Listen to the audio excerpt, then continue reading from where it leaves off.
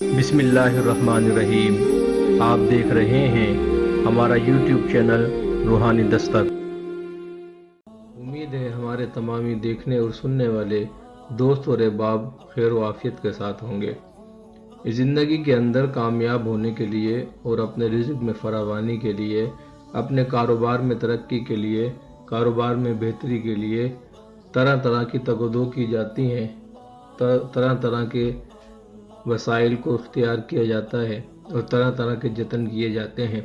हर एक की ये ख्वाहिश होती है कि उसको कारोबार खूब फले फूले और फैले, कारोबार में दिन दुगनी रात चुगनी तरक्की हो जाए, और उसके लिए एडवर्टाइजमेंट का सहारा लिया जाता है। आज के दौर में मार्केटिंग का सहारा लिया जाता है कि किसी तरह हम कामयाब हो जाएं। मगर कामयाबी के कुछ अनोखे और अछूते असूल भी होते हैं, शायद जिसको हम लोगों ने नज़रअंदाज कर दिया है। आज का जो सबक, आज का जो वाकया, आज की जो कहानी हम सुनेंगे, उसके अंदर एक शख्स ने ऐसे ही अछूते असूल को इख्तियार किया और अल्लाह ने उसको किस तरह से कामयाब कर दिया। मुजाहिद नाम का एक शख्स एक कंपनी में काम करता है। वो कहता है कि हमारी फैक्ट्री के बराबर में एक नाश्ते का पॉइंट था। अक्सर वहाँ नाश्ता करने जाते थे, काफ़ी रश होता था।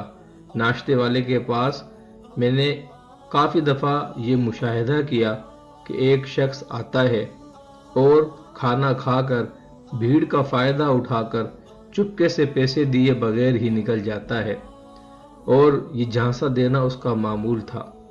एक दिन जब वो खाना खा रहा था तो मैंने चुपके से नाश्ता पॉइंट वाले मालिक को बता दिया कि वो वाला भाई जो नाश्ता कर रहा है, ये रोज़ाना रश का फ़ायदा उठाकर बगैर बिल अदा किए हुए निकल जाता है।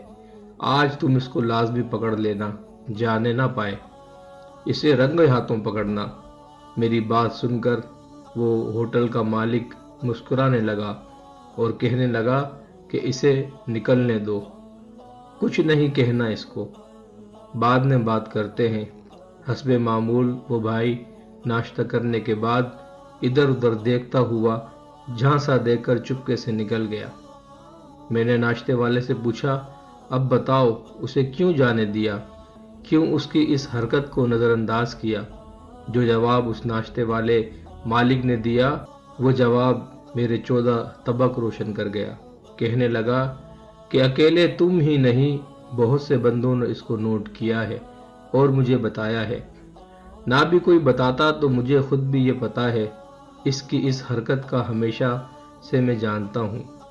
और कहने लगा कि ये सामने बैठा रहता है, जब देखता है कि मेरी दुकान पर रश हो गया है तो चुपके से आकर खाना खाकर निकल जाता है। मैं हमेशा इसको नज़रअंदाज कर देता हूँ और कभी नहीं रोकता, ना ही पकड़ता हूँ, ना ही बेइज्जत करने की कोशिश करता हूँ। क्यों? क्योंकि मुझे लगता है कि मेरी दुकान पर रश ही इस बंदे की दुआ की वजह से होता है। ये सामने बैठकर दुआ करता होगा, या अल्लाह इस होटल पर लोगों का रश लगा दे ताकि मैं अपनी रोटी खा सकूं, खाना खा सकूं। और सच में रश हो जाता है। हमेशा जब ये आता है तो रश होता है। मैं इसके और अल्लाह ताला के दरमियान इस दुआ और कबूलियत के मामले में टांग अड़ाकर अपनी बदबख्ती को दावत नहीं देना चाहता। ये मेरी तरफ से नज़रअंदाज ही होता रहेगा और हमेशा ऐसे ही खाना खाता रहेगा, तो भी मैं कभी इसको पकड़कर बेइज्जत नहीं करूँगा। तो ये इसका वो अछूता राज था जो एक शख्स को नज़रअंदाज करके, एक शख्स को फ्री खाना खिलाकर ये समझ गया कि ये शख्स की दुआ की बरकत है जो मेरे कारोबार के अंदर बरकत है। यकीनन अगर हम गौर करें तो हमारे इर्द गिर्द भी, हमारे आसपास भी ऐसे सैकड़ों लोग भटकते होंगे जो ज़रूरतमंद होते होंगे, या जिनकी दुआओं से हमारे कारोबारों में बरकत होती होगी, और जब वो अपना हिस्सा लेने के लिए हमारी जानिब आते होंगे तो हम उनको दुत्कार देते होंगे।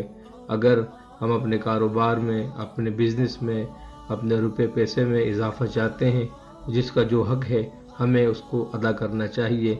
अल्लाह करीम हमें आसानियाँ अता फरमाए और आसानियाँ तकसीम करने वाला बनाए। आमीन।